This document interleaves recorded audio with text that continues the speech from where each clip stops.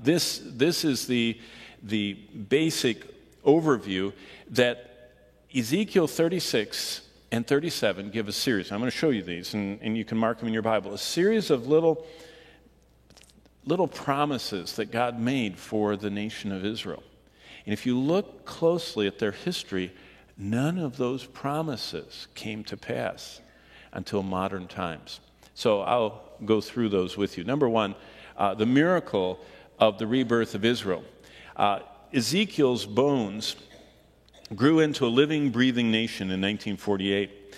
And for centuries, Bible teachers had looked at Ezekiel 36 and 37. In fact, I collect, and I've told you this many times, and I'll never forget, my oldest commentary that I have on the Bible was printed in 1610. Now, I know there's older ones, but still the oldest one I have.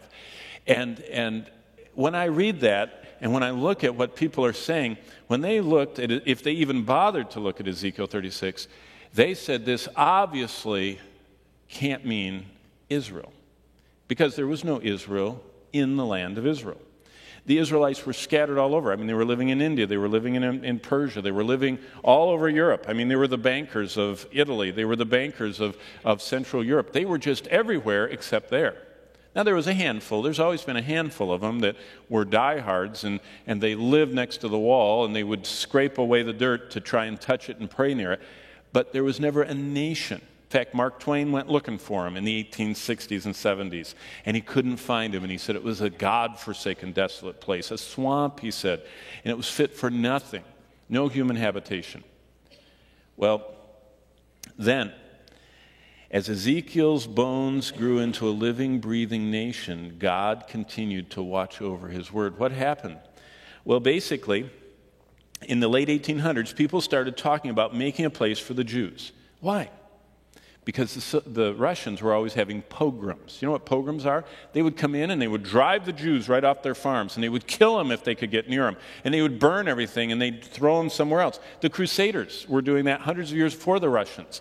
They just liked to pick on the Jews, and if there was ever a problem in the town, you say the Jews did it, and then you'd string up a few and confiscate all their property. That's just history. In fact, there are many, many books written on the succession of pogroms and mini holocausts before Hitler. But in the late 1800s, finally, people started saying, we ought to make a place for the Jews. And you know who was saying it is? The British and others along those veins of thought. And so what they did is they allowed, the Turkish Empire allowed Jews to come in and start making little farms. But they taxed them heavily, and they weren't allowed to be a nation, and they just basically made a lot of money off of them. But then, when Hitler struck so savagely, and when the world, after 1945, and as the Life magazine photographers and other European magazines went in and showed the pictures of those emaciated, barely alive, skeletal Jewish people, sympathy, not love for God, but sympathy began to rise in people's hearts. And so Hitler was actually kind of like a precipitator of this movement. And the incomprehensible carnage caused the world to be moved to do something. So in 1948, the League of Nations that Woodrow Wilson and others had so valiantly worked on morphed into, 1948, the United Nations. And in 1948, the United Nations, kind of as a goodwill gesture, at the behest of the Soviet Union, they're the ones that moved for this. They're the ones that thought they were going to have a foothold in the Middle East because they thought Israel was communistic because they had collective farms.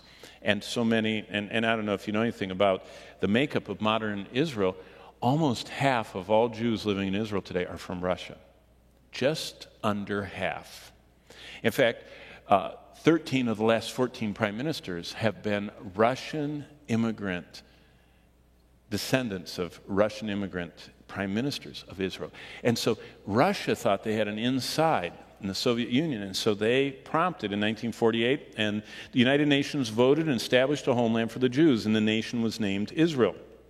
And in that short period of time, What happened in 1948 was, for the first time since Nebuchadnezzar, 2,600 years ago, for the first time in 2,600 years, there was actually a nation you could attack called Israel. Before that, there wasn't. It was part of Alexander's empire. It was part of the Roman Empire. It was part of the Seleucid Empire. It was part of all the different Muslim groups. It was part of the tug of war between the Turks and the British. And finally, it was the British Mandate. But then in 1948, Britain moved out, and the Arab nations said, let them move out. Let them make them a nation. The day they become a nation, and you all know, this is history, all of the Arab League, all of the Arab nations began marching, and they said, we're going to drive every Jew into the ocean till they drowned. And the combined armies of all the surrounding nations, Iraq and Syria and Egypt and Jordan and Lebanon, all of them just started coming into the land, the little tiny strip of Israel. And you all know history. It was an unbelievable battle. They didn't win, the Jews. They just held off the combined armies of 100 million people, and there were only 3 million of them, which was kind of a David and Goliath thing.